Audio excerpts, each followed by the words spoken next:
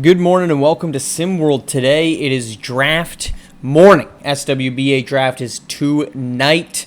Where will every single piece end up? As we dive into this, we're talking what are we looking for? What are we expecting? There's been a lot of, and also what are the storylines, right? There's been a lot of what's going on recently, and that's pretty typical of this time in the draft process. You get a lot of teams that are just trying to, I like this guy. Well, I like this guy. Well, I also like this guy. And there's weeding out the truth with everything is not easy. Mock drafts are the best and worst thing in the world because they get people thinking, well, that means Lamarian Sherwood's falling. That means Jalen Snow's number 3. Oh, wait, no, it doesn't mean Jalen Snow's number 3. So what are we looking for in tonight's draft? And what are the stories worth watching? This draft, the top of it's very anticlimactic. That doesn't mean don't tune in, right? Don't pay attention. But we know relatively confidently, I don't even think relatively, near certainty, Cooper Flagg, Dylan Harper. That's number 1, that's number 2. So what is going to happen the rest of the way, right? Let's recap some of the things that have been going on this week. So Lamarian Sherwood is expected, I don't know if he's expected to drop. It seems like he's going to drop, right? I've heard that his name, the workouts weren't that great. The last ESPN mock draft had him at number 13. There was the video that came out when he said he was a top 3 pick, and that clearly didn't help himself out by doing so. Something's up there, and that all comes on the heels of what we've really been talking about for a while. What's the hang-up with Lamarian Sherwood? What's the disconnect? And there's a big one. There's a disconnect between the fans that watch him play and the league and how they view him. The league views him as a dominant inside presence, but one that lacks mobility and lacks defensive versatility. That's what they see when they see Lamarian Sherwood. I talked to one team. Scouts are saying, look, how are we supposed to rely on a guy in 2025 that can't shoot a jumper, who's not a great passer, who doesn't really handle the ball that well, who all he really does is he's strong, he's awesome offensively in the post, and he rebounds pretty dang well. That's it. I mean, he's an above-average defender, he's a smart player, but Lamarian Sherwood is a guy that's straight out of 2010, 2005. You throw this guy in the early 2000s, he's the number 1 pick. It's not even a question mark.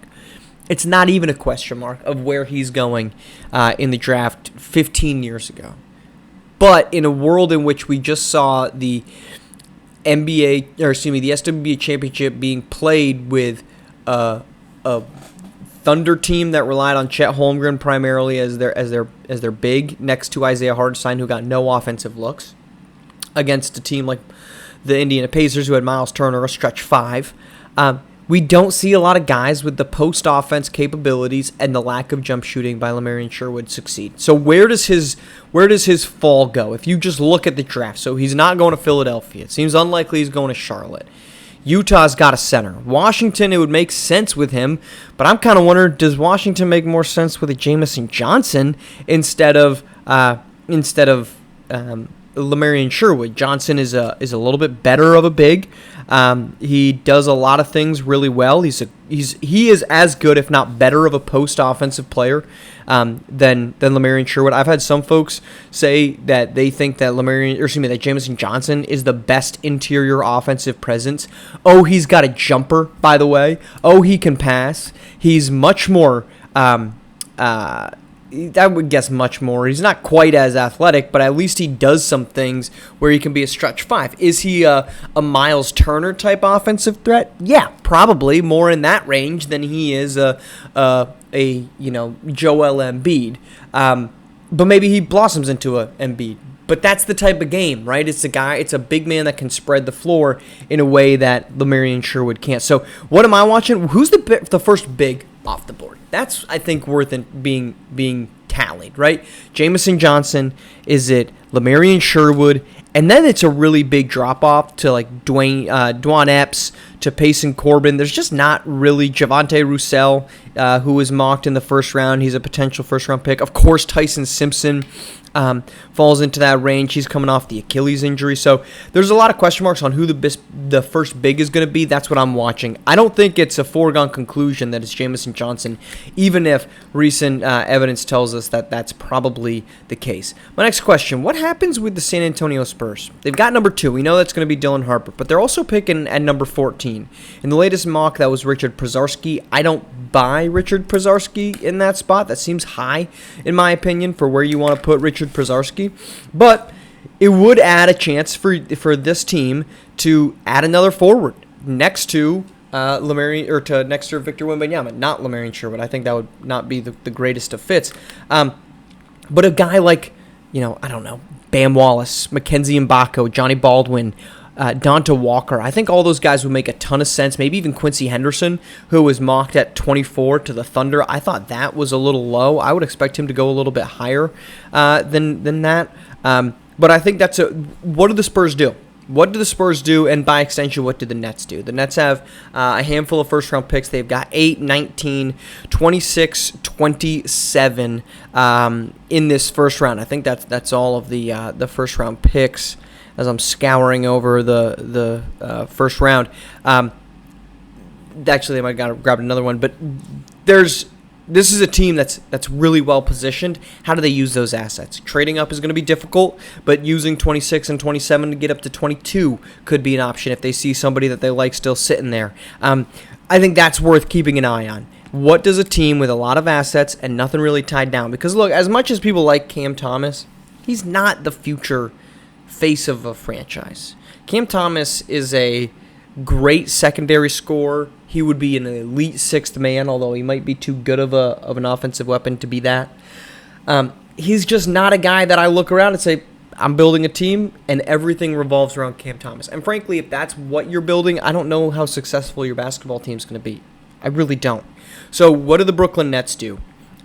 First off, at number 8, do they keep that pick? Do they find a way? The latest mock, Trey Turner. That would be a stunner to me if he fell to number 8. That would be a steal for them if he got him there.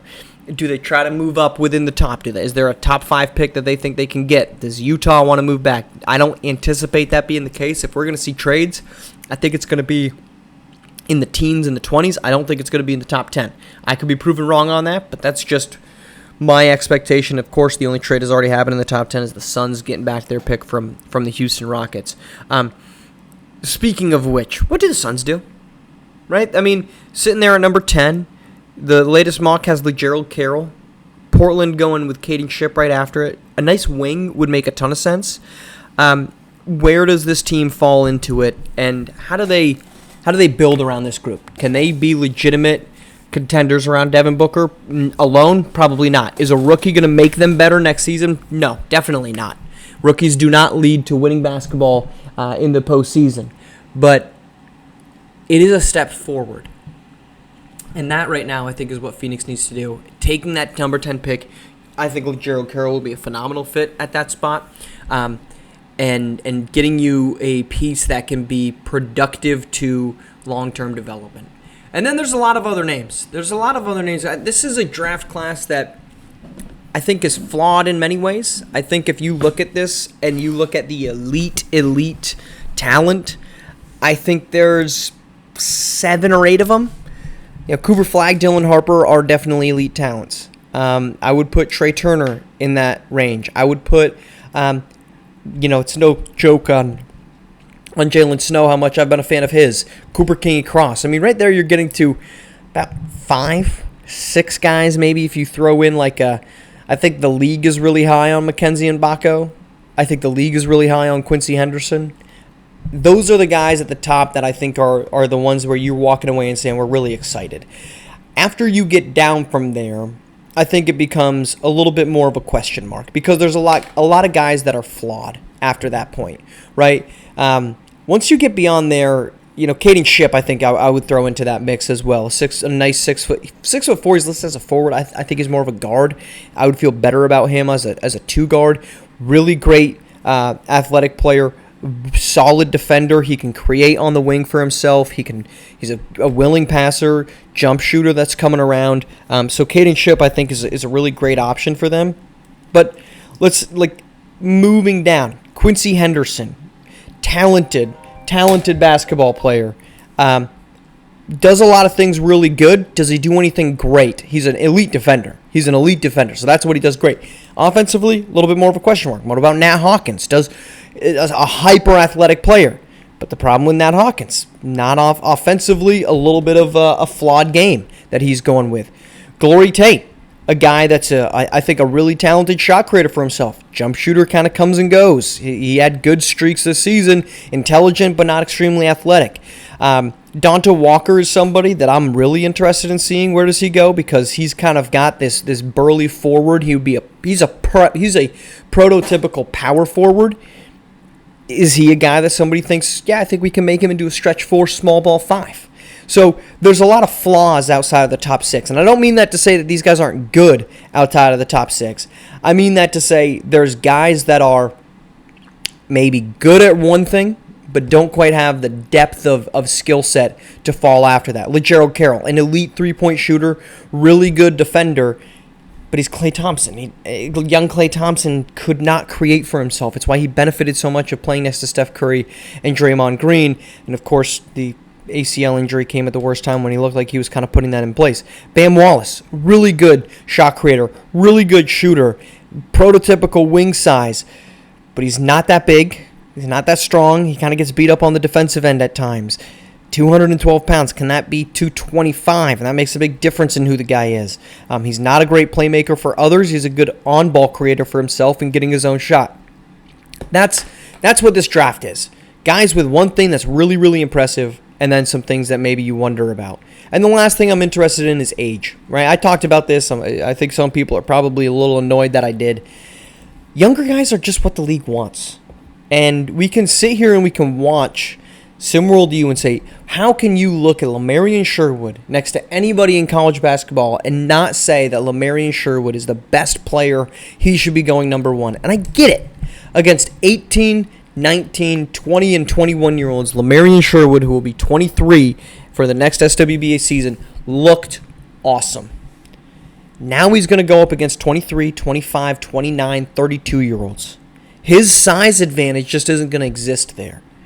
His strength, as great as it was in college, if Lamarian Sherwood was a freshman or a sophomore, number 1 pick. He's battling for Cooper Flack, but he's a senior.